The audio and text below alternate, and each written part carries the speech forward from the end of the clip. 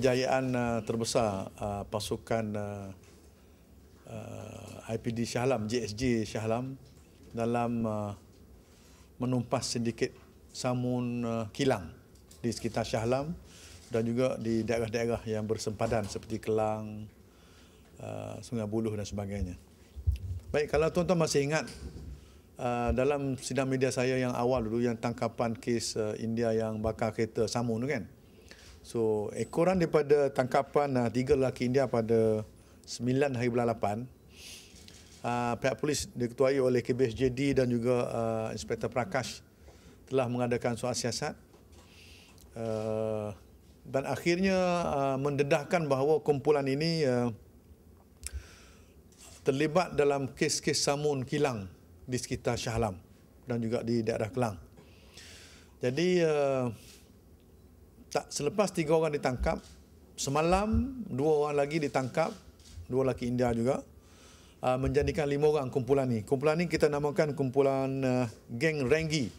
So mereka ni bergiat aktif di kawasan-kawasan kilang, di mana MO dia akan pergi kilang ni, akan ikat pengawal keselamatan. Jika ada CCTV, dia putuskan CCTV punya wire, dia cabut CCTV. Lepas tu dia akan curi barang-barang yang ada dalam kilang, termasuklah koper ke, apa ke, termasuk kenderaan, lori, forklift, kereta dan sebagainya. Apa yang ada dalam kilang tu dia akan bawa lari semua.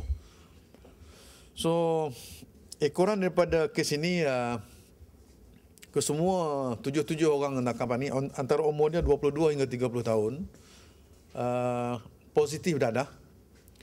Dan ketua mereka ni mempunyai 13 rekod jenayah. Manakala ahli-ahli lain juga mempunyai rekod jenayah. Ada yang 3 kes, ada yang 2 kes dan sebagainya. Pihak kami menganggarkan nilai rampasan kali ini berjumlah hampir 750,000, melibatkan 7 kes samun di Shah Alam. So dengan tertangkapnya kumpulan ini, kita telah dapat selesaikan 7 kes samun di sekitar Shah Alam, samun kilang.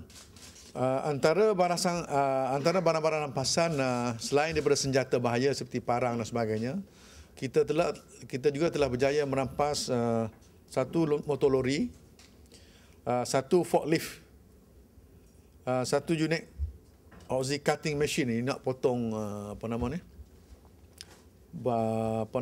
pintu dan sebagainya. Dan lebih kurang kita rampas keseluruhan berjumlah 36 item. 36 item lagi.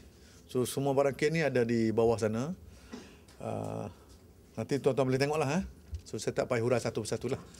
Pihak kami, polis Shah Alam, masih lagi mencari 3 orang kumpulan. Mereka ni terdiri daripada 8 orang semuanya. So 5 dah ditangkap dan 3 lagi masih bebas. So pada pagi ni saya akan riliskan gambar-gambar dan bukti-bukti mereka untuk bantuan pihak media supaya mana-mana pihak yang mengenali ataupun mempunyai maklumat mengenai 3 orang yang dikendaki ini supaya tampil ke Balai Polis dan boleh berhubung terus dengan pegawai-pegawai saya di Shah Alam. So ini antara kejayaan terbesar yang kita capai pada tahun ini dalam menumpaskan sindiket pecah kilang ataupun samun kilang. Boleh dikatakan semua kes ini waktu malam. Ini kebanyakan kilang-kilang ni ada security guard. So, dia ikat security guard, potong dawai atau wire CCTV dan diangkut. Jadi, dia ada masa yang cukup untuk merampas semua barang-barang. Setakat ni, 7 ni merupakan kilang yang tidak beroperasi lah. Sebab dia pun tahu kalau kilang operasi, dia punya pekerja ramai. Kumpulan ni boleh, kalau ikut rekod, aktif sejak Januari tahun ini.